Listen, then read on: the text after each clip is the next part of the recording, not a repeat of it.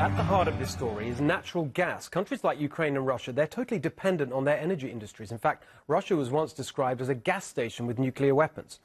Republicans for many years have argued that we in America should boost our own energy production, for example through fracking, to make us and the world less dependent on gas from unstable and somewhat unsavory regimes like Russia and Ukraine. Joe Biden totally disagrees. Here he was at a CNN climate town hall recently.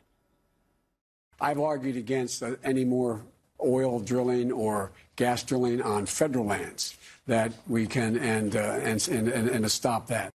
Yeah, stop that. No more gas. Gas, really bad. It's funny then that just a few years ago, soon after President Obama made Biden his point person on Ukraine after Russia's illegal annexation of Crimea, Biden pushed Ukraine to boost natural gas production, even offering American tax dollars to help them do it. In early 2014, someone called Devon Archer, who was the longtime business partner of Joe Biden's son, Hunter, joined the board of Ukraine's largest gas company, Burisma. On April the 16th, 2014, Archer had a private meeting with Vice President Biden at the White House late into the night, according to White House records. 2 days after their meeting, on April the 18th, Hunter Biden joined the Burisma board too. And 3 days after that, on April the 21st, Biden went to Ukraine with a promise of over $1 billion of U.S. taxpayer aid to the Ukrainian gas industry. Unbelievable coincidences, right?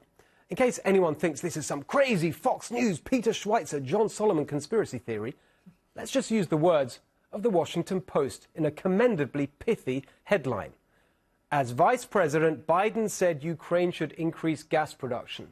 Then his son got a job with a Ukrainian gas company.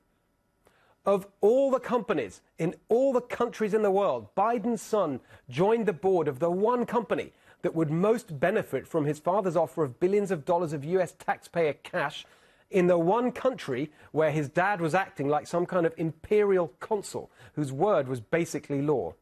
Just a coincidence. And there's no Burisma. And Joe replied, I hope you know what you are doing. And then, look at this photo. Joe Biden, Hunter Biden, and Devon Archer golfing together in August 2014. To be clear, that is the then Vice President golfing with two board members of Ukraine's largest gas company while he was presiding over billions of dollars of U.S. aid going to the Ukrainian gas industry. It's fine. Just a nice family outing. Burisma reportedly paid Hunter Biden over $50,000 a month, despite him having no experience in the Ukrainian energy sector or any energy sector. Democrats are fine with that. Here's Congressman Ted Lieu. The underlying problem here was, of course, Hunter Biden receiving $50,000 a month from a Ukrainian energy company. Do you think that that is evidence of corrupt behavior? No, people sit on boards and they get monetary payments. Sounds to me like swampy Ted Lieu is preparing the ground for when he sits on boards and gets monetary payments after he leaves Congress and cashes in. But actually, 50 grand a month for Hunter Biden turned out to be great value for Burisma. The company was founded by a shady character called Mykola Zlochevsky, who abused his time in the Ukraine government to hand out gas licenses from which Burisma would end up profiting. By 2015, Zlochevsky found himself under investigation for abuse of power, embezzlement and other charges. He may even have faced justice if it weren't for Hunter Biden's Burisma board seat, signaling to Ukrainian prosecutors that Zlochevsky had the backing of the American vice president who was calling the shots in Ukraine. Incredibly, Zlochevsky got off scot-free. But Hunter Biden's connections still had more to offer. Remember Devon Archer, Hunter Biden's business partner, also on the Burisma board? He had previously been the top fundraiser for, drumroll, John Kerry, who was Secretary of State at this time. Soon after Devon Archer and Hunter Biden joined the Burisma board, the company channeled $90,000 to a lobbying firm called ML Strategies, which was headed by, guess who? David Leiter, John Kerry's former chief of staff. Leiter personally lobbied in Washington on Burisma's behalf. That's handy because then Secretary of State John Kerry himself had visited Ukraine with promises of U.S. aid and assistance. also handy, connections with Democrat senators. Around that time, David Leiter gave close to $60,000 to Democrats, including Senators Jeanne Shaheen and Ed Markey. So, it's 90 grand from Hunter Biden's gas company to David Leiter, and then 60 grand from David Leiter to Democrat members of Congress. Neat.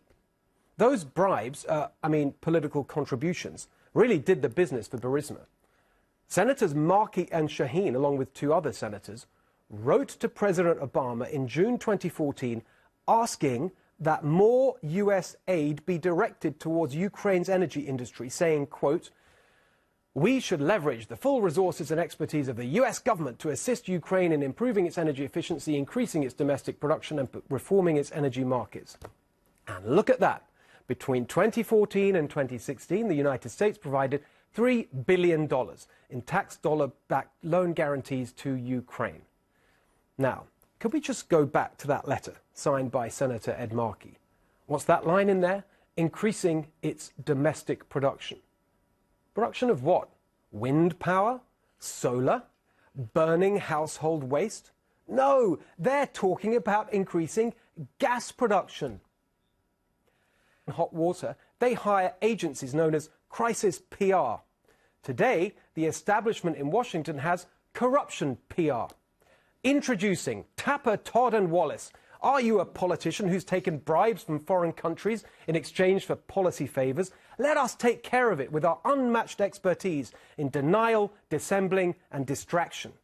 As President Trump continues to rail against, as far as the evidence shows, baseless claims of corruption. And we don't know whether Mr. Trump's baseless charges about Joe Biden and Ukraine will make Biden a more sympathetic figure or tarnish him to the benefit of another Democratic candidate. There is no veracity to any of these allegations about the Bidens. The media is doing corruption PR for the Democrats. Tapper, Todd and Wallace. Corruption PR.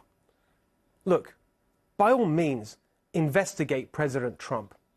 But for God's sake, Washington, how can you possibly ignore the facts and the evidence pointing not just to Joe and Hunter Biden's corruption, but Senator Ed Markey's corruption, Senator Jeanne Shaheen's corruption, John Kerry's corruption, all of this corruption over American cash for Ukraine gas.